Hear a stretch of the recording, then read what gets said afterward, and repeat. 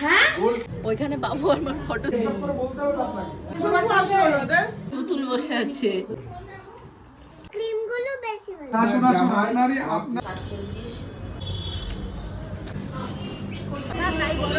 জানো তো আমাদের এদিকটাতে এত ঠান্ডা আজকে পড়েছে কি বলবো, কার কোন দিকে কতটা ঠান্ডা পড়েছে আমি তো বুঝতে পারছি না, বাট মারাত্মক। মাফলার, সক্স, সোয়েটার এত কিছু পরেছি তাও যেন ঠান্ডা মানাচ্ছে না। তার ভেতরে এক মগ জল গরম করতে দিয়েছি, জল টল খেয়ে এখন ফ্রেশ হয়ে নিচে যেতে হবে। ঘুগনি রান্না হবে আজকে, তার জন্য কালকে রাত্রে প্রায় 1 কেজি মতন ঘুগনিটাকে ভিজিয়ে দিয়েছি।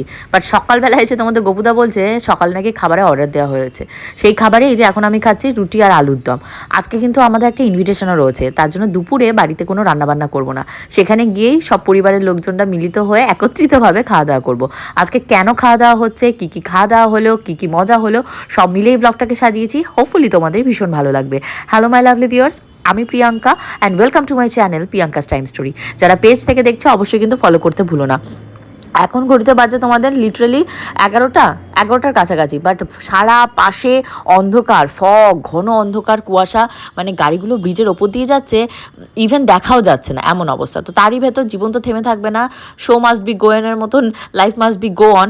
তো এখন রান্না হবে আজকে, মানে পিকনিকে রান্না হবে আমাদের চিকেন কষা, তার সাথে হবে ডাল, আর তার সাথে মনে হয় পাঁপড় ভাজা, না পাঁপড়ের ঝুড়ি ভাজা। তো তার জন্য এই যে দেখো এখানে চিকেন নিয়ে আসা হচ্ছে 4 কেজি, আর এ পাশে আলু কাটা হচ্ছে, গুনে গুনে আলু কাটা হয়েছে মনে হয় কত 41 থেকে 48 পিস এরকম কিছু একটা হবে। আমিও আলু গুনেছি। এখন আমি একটু আলু কাটবো, আর গৌতম দা পাশে ডালটাকে সিদ্ধ করে দিয়েছে, মুসুরি ডালটাকে সিদ্ধ করে দিয়েছে। সিদ্ধ করে ওর ভেতর আজকে পেঁয়াজ দিয়ে ধনেপাতা দিয়ে ডাল রান্না করবে। আর চিকেনটাকে ম্যারিনেট আজকে আর করার তো দরকার নেই, কারণ যেহেতু চিকেন কষা হবে, ঝোল হবে, কষা হবে না ঝোল হবে, ম্যারিনেট না করলেও হবে। কষাতে কী হয় বলো তো, ম্যারিনেশনটা যত ভালো হয় তত ভালো হয়।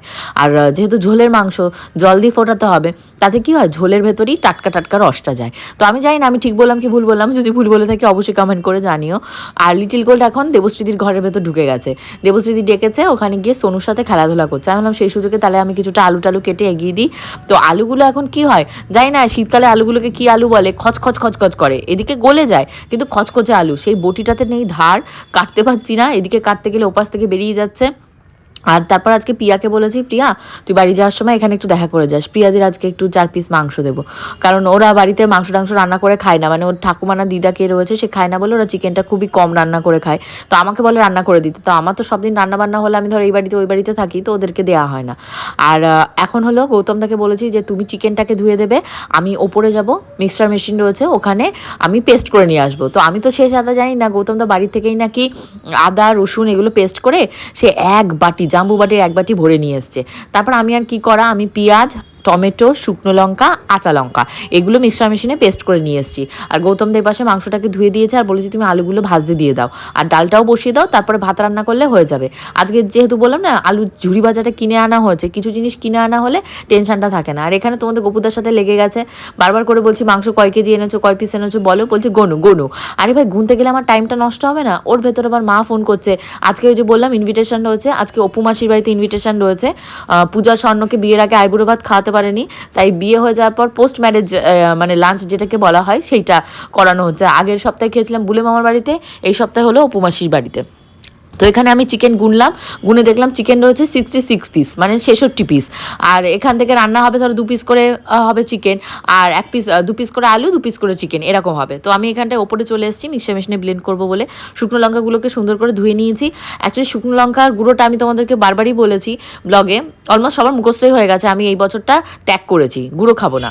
দেবশ্রীদির ঘরে বসে লিটিল গোল্ড ডিম ভাজা খাচ্ছে। আরে দেবশ্রীদি আমাকে বললো ডিম ভাজা খাবে, ও এখন আসবে না, ভাবো অবস্থা। দেবশ্রীদি ঘরের ভেতর ঢুকে এখন ডিম ভাজা খাচ্ছে। এখন ওই যে দুধ আর সুজিটা বসিয়ে দিয়ে আমি নিচে যাবো গৌতমদার ওখানটায়, গৌতমদা কি করছে সেটা দেখার জন্য।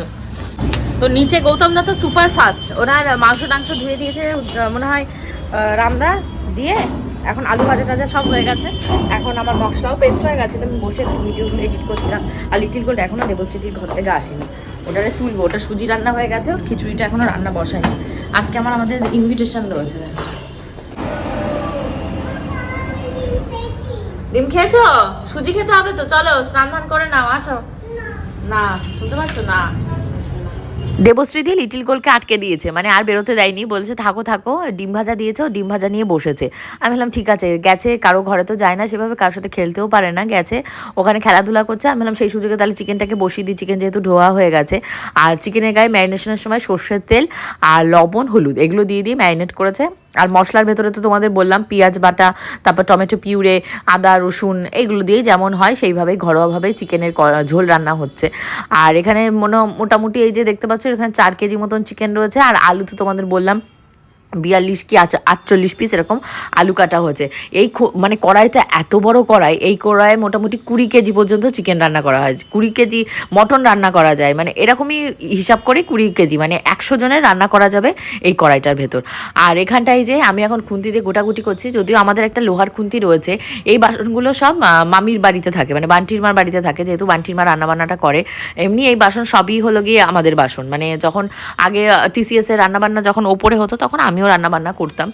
তোমরা আমার প্রিভিয়াস ব্লগ দেখলে বুঝতে পারবে, তখন মানে আমি যখন 5 মাস 7 মাসের প্রেগনেন্ট তখন আমি অনেক লোকের রান্না বান্না করেছি, তাই ধরো 50 জন 60 জন এক একদিনে ডিম কষা, চিকেন, মাছের ঝোল এরকম রান্না করতাম। তখন তো ঘরে কোনো কাজ থাকতো না সেরকম, আমার রান্নার লোকও রাখা ছিল সবসময় কাজ করার জন্য, সবসময় আমার সাথে থাকতো।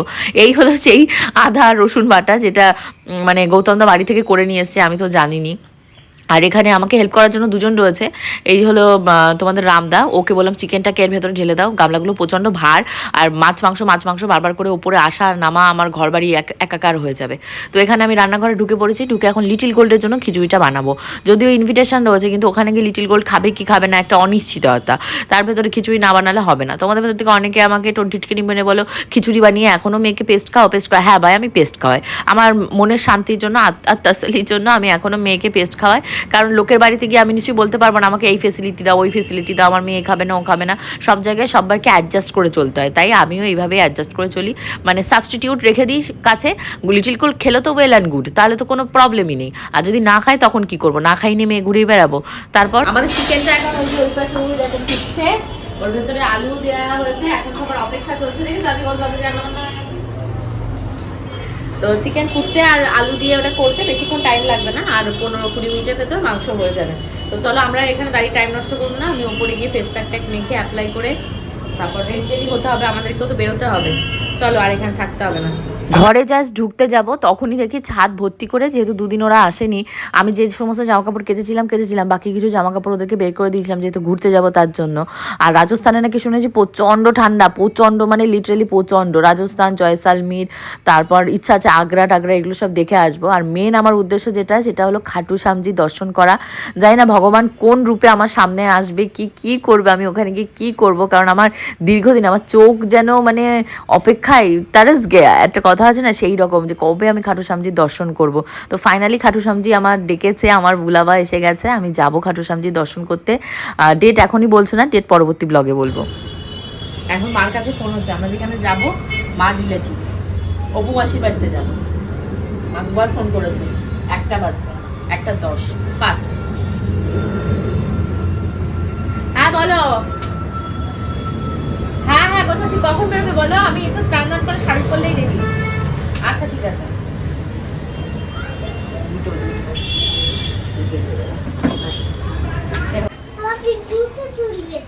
খুব সুন্দর চুল বেঁধে দিয়েছে পিয়া, দেখো কি সুন্দর লাগছে তোমাকে দেখতে, ভীষণ কিউট লাগছে তোমাকে দেখতে, এত সুন্দর চুল বেঁধেছে পিয়া। তো আমি রেডি হয়ে বসে আছি, মা বাবু ফোন করলো, ওরাও রেডি হয়ে গেছে, আমরা একবারে এখানটা থেকে বেরোবো। তো এই যে আমরা রেডি হয়ে গেছি, এখন বেরোবো। তো আমাকে দেখতে কেমন লাগছে অবশ্যই বলে দিও। বাবারে আমাকেও দেখতে কেমন, তোমাকে সব সময় সুন্দর লাগে। এই কাকে বেশি সুন্দর লাগছে, আমাকে না মেয়েকে? মেয়েকে। হ্যাঁ গোলকে। আমি যাবই না, আমি যাব না, এত সুন্দরের সাথে আমি যাব না, আমাকে দেখতে বাজে লাগছে, আমি যাব না। ঠিক আছে, বকে দিয়েছি তো বাবাকে, বেশ করেছো, শোনা তো তুমি আমার। তো এই যে রেডি, চলো বের। কি বলবো তোমাদের গোপুদার কথা, স্বাদে আমি ওনার উপর খেপে যাই না। দেখো কোথা থেকে 1 প্যাকেট পালং শাক কে নিয়ে এসছে, সেই সমস্ত পালং শাক এখন ফ্রিজে মানে ভরে রেখে দিচ্ছে।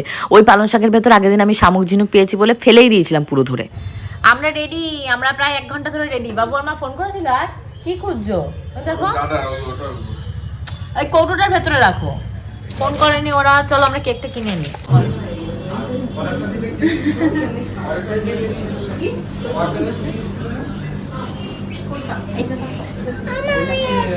হ্যাঁ ওইটাই রয়েছে। কোন ব্যাগে? এই তো এই ব্যাগে রয়েছে। দেখেছিস ঢাকা তাই বড় হয়ে যায়। এই হাতে নেল পলিশ কে পরি ওই যে গোল্ড ওই পাশে। হোয়াট ইজ ইওর নেম জিজ্ঞাসা কর। কিচ্ছু না, স্কুলে ভর্তি হবে, ইন্টারভিউয়ে ডাকবে, কিচ্ছু পারবে না। আন্টি এরকম জিজ্ঞাসা করবে, ও ভর্তি হয়ে যাবে। এই ভালো নাম কি? বেদান্তিকা। হ্যাঁ, সাদা বাচ্চাদের সব থেকে ভালো লাগে পড়তে। কি কি এটার অবস্থা দেখো, সাদা পড়ে। এই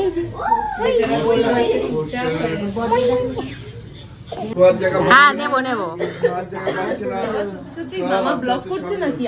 আমিও তো বুঝতে পারছি না যে কি হচ্ছে।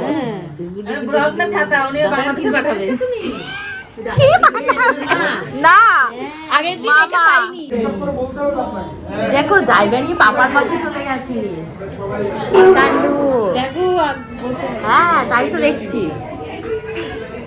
পাপা দাদার পাশে বসে গেছো তুমি থালা নিয়ে। কি খুশি কি খুশি, ওরে বাবা ভুলে গেছি। শুনতে আসেনি, শুনতে আসেনি না। শুনতু ছুটি পাইনি, বলছে প্রত্যেক রবিবারে কি ছুটি পাওয়া যায়? আজকে কিন্তু সব রান্না বান্না অপু মাসি করেছে। আমার মাসি আসতে একটু দেরি করে দিয়েছে। আমার মাসির হাতের রান্নাও যেমন, অপু মাসির হাতের রান্নাও ভীষণ সুন্দর। সবকটা রান্না বান্নায় উনি খুব যত্ন করে ভালোবেসে করেছে। তো এখন আমরা সব ভাই বোনেরা খেতে বসবো। তার আগে এই যে মামা টামা ওরা সবাই খেতে বসে গেছে, তাই নিয়ে হাসাহাসি করছে যে এই ব্যাচের লোকজনরা অনেক টাইম লাগিয়ে দিয়েছে। লিটিল গোল্ড, পাপা এরা সব বসেছে, ছোটোখাটো মানুষ, বয়স্ক মানুষ সব বসেছে। আর আমাদের বেলা হলো সব আমরা ইয়াং বসে পড়েছি। আমরা চটপট চটপট করে খেয়ে, ব্যস্ত মানুষ, খাবার অভ্যাসটাও এরকম হয়ে গেছে ব্যস্ততার সাথে। আর এই যে এখানটা একটু ফটোশ্যুট করবো বলে আমরা বাইরে এসেছি, আর বাইরেও সেরকম ঠান্ডা, আজকে প্রচুর ঠান্ডা পড়েছে, ঘরে ঢুকে যাচ্ছে। ওইখানে বাবু আমার ফটোশুট চলছে। হয়ে গেছে ওদের, হয়ে গেছে। এবার তাহলে দাঁড়াই, ওইদিকে যাবে, ওইদিকে যাবে না, পাড়া প্রতিবেশী তক্ত করে লাভ নেই। আমার একটা সিন করতে না খাওয়ার পুরো মনে হচ্ছে একটা পুতুল পুতুল, সেই ছোট্ট পুতুল গুলো হয় পুতুল বসে আছে। এর কাছে আসার জন্য ব্যস্ত তোমার কাছে। হ্যাঁ আসো আসো মা, আসো মা, আসো ও মা, দিদি আসো দেখো। যাও গোপাল যাও। এখানে আসো, বল এখানে আসো, ডাকছে ভাই। ভাই ডাকছে, যাও ভাই ডাকছে। আসো আসো না। হ্যাঁ ক্যামেরায় বেশি কালো। এ মা কি আসার সময় খেয়েছিস? পেয়ে গেছে মনে হয় আমার। হ্যাঁ, ওটা দে, ওটা দে। ঘুমাবে না। ও জামা খুলে দাও, তোর কষ্ট হলে খুলে দাও। চারটে বাজে। অপু মাসি আজকে অনেক কিছু রান্নাবান্না করেছিল। এই যে দেখতে পাচ্ছ ফ্রাইড রাইস ছিল, খুব টেস্টি হয়েছিল। তার সাথে স্যালাড, বেগুন ভাজা, আবার তোমাদের ফুলকপি রোস্ট করেছিল, তারপর কাতলা মাছের কালিয়া করেছিল, মাটন ছিল, চাটনি ছিল, পাঁপড় ছিল, মিষ্টি ছিল, অনেক কিছু ছিল। আর ওই যে পূজাকে কিন্তু উপহারও দিয়েছে, শাড়ি দিয়েছে, স্বর্ণজিৎকে একটা পাঞ্জাবি দিয়েছে, আর খুব সুন্দর সুন্দর জিনিস উপহারেও দিয়েছে। আর মাসি অনেক ভালোবেসে অনেক যত্ন করে রান্নাবান্নাগুলো করেছিল।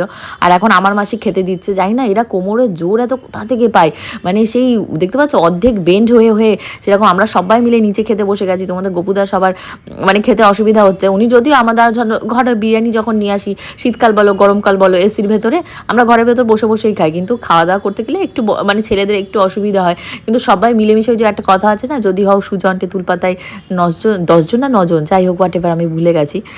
তো খুব মজা হচ্ছে। দেখো আমরা সবাই খাচ্ছি, কে কোনটা খুদ কোনটা বের করার চেষ্টা করছি, এইসব নিয়ে হাসাহাসি হচ্ছে। মাসি বলছে কিছু মিস হয়ে গেলে আমাদের কাছ থেকে চেয়ে নিও। তো এই আন্তরিকতাটাই কিন্তু মেন। খাওয়া দাওয়া সবাই আমরা সবার বাড়িতে কম বেশি খেয়ে থাকি, সবাই আমরা সবার বাড়িতে এনজয় করে থাকি, কিন্তু সবাই মিলে যে খুশিটা, সেই খুশিটা কিন্তু ডবল হয়ে যায় সবাই মিলে থাকলে। দিদুদের খাওয়া। আর তুই এখানে কি করছিস? হ্যাঁ ঠিক করে এসে গেছে। কি অবস্থা। ওই দে, ওই দে, তোর সরিয়ে দে, মারাতে দে। দেখিস? দে মারা রাখো। আসো রিহিদা, আসো না। ওই যে কেক কাটা কাটি। হ্যাঁ কেক কাটা হয়ে গেছে। আচ্ছা খেয়ে দেবে চেটে খেয়ে নে। অপু মাসি বাড়ির সামনে থেকে আমরা গাড়ি বুকিং করে আমি নেমেছিলাম শ্বশুরবাড়ির সামনে মাকে নিয়ে, মা আমি লিটিল গোল্ড, আর মা বাকিটা হেঁটে ওই কাঠের পুল দিয়ে দোকানে চলে গেল। আজকে যেহেতু সানডে ছিল দোকানটা ওপেন ছিল, রাতে এসে আমরা আর বেশি দেরিও করিনি, ঘুমিয়ে পড়েছি। হোপফুলি ব্লগ ভালো লেগেছে।